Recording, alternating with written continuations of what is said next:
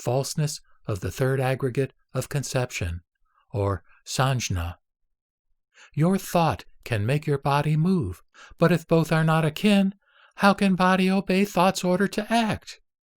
Therefore, when mind stirs, body obeys, and both act in perfect unison. When you are awake, your thinking mind works, but when you sleep, dreams take the place of thoughts. Therefore, you should know that your thoughts stir your false feelings. This is the third state of pervasiveness of your false thinking. Falseness of the fourth aggregate of discrimination, or samskara. Transformation never stops, and changes imperceptibly every instant, as shown by the growth of hair and nails and the loss of vitality in old age, as revealed by the wrinkles on one's face. This change occurs day and night, but we do not notice it. Ananda, if this is not you, why does your body change? On the other hand, if it is you, why do you not notice the change? Therefore, you should know that every discrimination does not stop in a flash of thought. This is the fourth state of concealment of your false thinking. Falseness of the fifth aggregate of consciousness, or vijnana.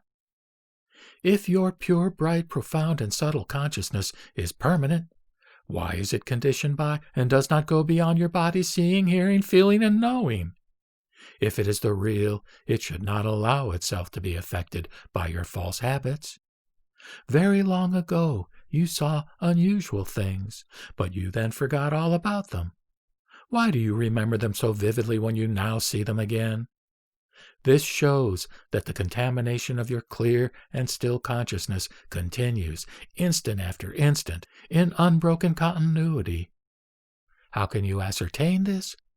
Ananda, you should know that this still consciousness is not reality, and is like a river which flows swiftly but seems to be still.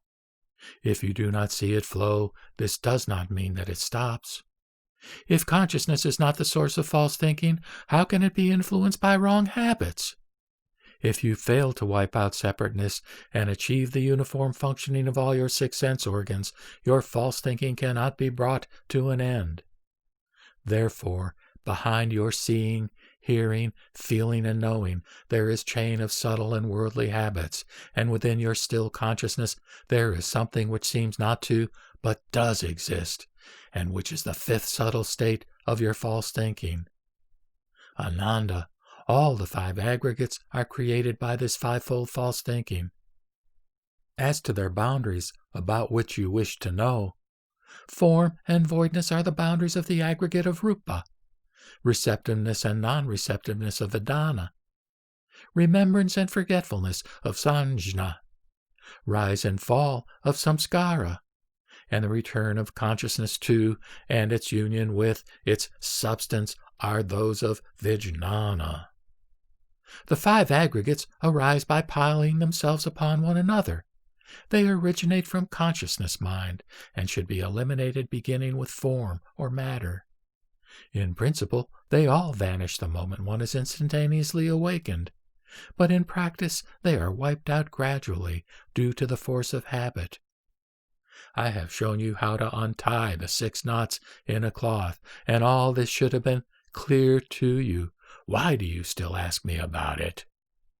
You should awaken to the source of false thinking, and open your mind, and then teach practicers of the Dharma ending age so that they know its falsehood and reject it, become aware of the existence of nirvana, and so stop hankering after the 3 worlds. Ananda, if a man fills space in the 10 directions with the 7 treasures and then offers them to Buddhas uncountable as dust, with his mind set on serving them faultlessly, what do you think of his merits from such a good cause? Ananda replied, Space is boundless, and the treasures that fill it cannot be counted.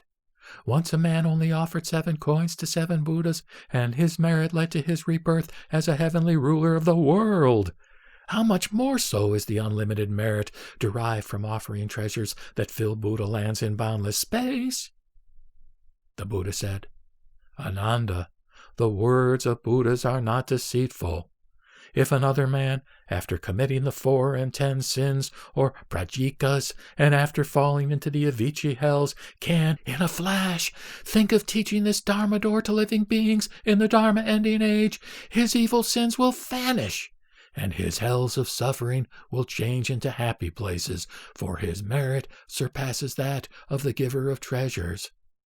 Because the latters cannot be even 100th, 1,000th, 100,000th of the formers. In fact, no comparison can be made between the two.